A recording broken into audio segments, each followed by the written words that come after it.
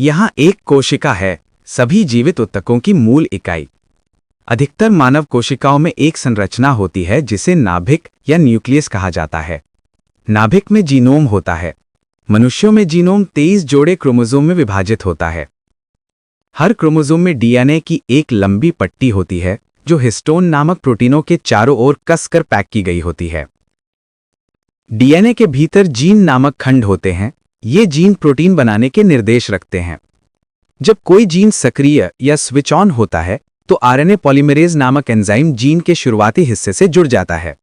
ये डीएनए के साथ आगे बढ़ते हुए नाभिक में मौजूद मुक्त बेसों यानी फ्री बेसिस का उपयोग करके मैसेंजर आरएनए की एक पट्टी बनाता है। डीएनए का कोड ये निर्धारित करता है कि कौन सा बेस किस क्रम में मैसेंजर आरएनए में जोड़ा जाएगा। इस प्रक्रिया को प्रतिलेखन कहा जाता है। मैसेंजर आरएनए को प्रोटीन के निर्माण के लिए उपयोग करने से पहले प्रोसेस किया जाता है। इसमें आरएनए के कुछ भागों को हटाना और जोड़ना शामिल होता है। इसके बाद मैसेंजर आरएनए नाभिक से बाहर निकलकर साइटोप्लाज्म में पहुंचता है। साइटोप्लाज्म में मौजूद राइबोसोम्स, जिन्हें प्रोटीन निर्माण फैक्ट्री कहा जाता है, मैसेंजर आरएनए से जुड़ जाते हैं। राइबोसोम एमआरएनए के कोड को पढ़कर अमीनो अम्लों की एक श्रृंखला बनाते हैं। अमीनो अम्लों के 20 विभिन्न प्रकार होते हैं। टीआरएनए यानी ट्रांसफर आरएनए मॉलिक्यूल अमीनो अम्लों को राइबोसोम तक पहुंचाते हैं।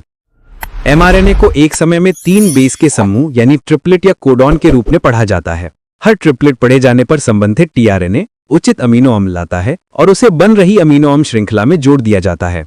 जब अंतिम अमीनो अम्ल जोड़ दिया जाता है तो ये पूरी श्रृंखला मुड़कर एक जटिल त्रिआयामी संरचना बना लेती है। यही प्रोटीन होता है।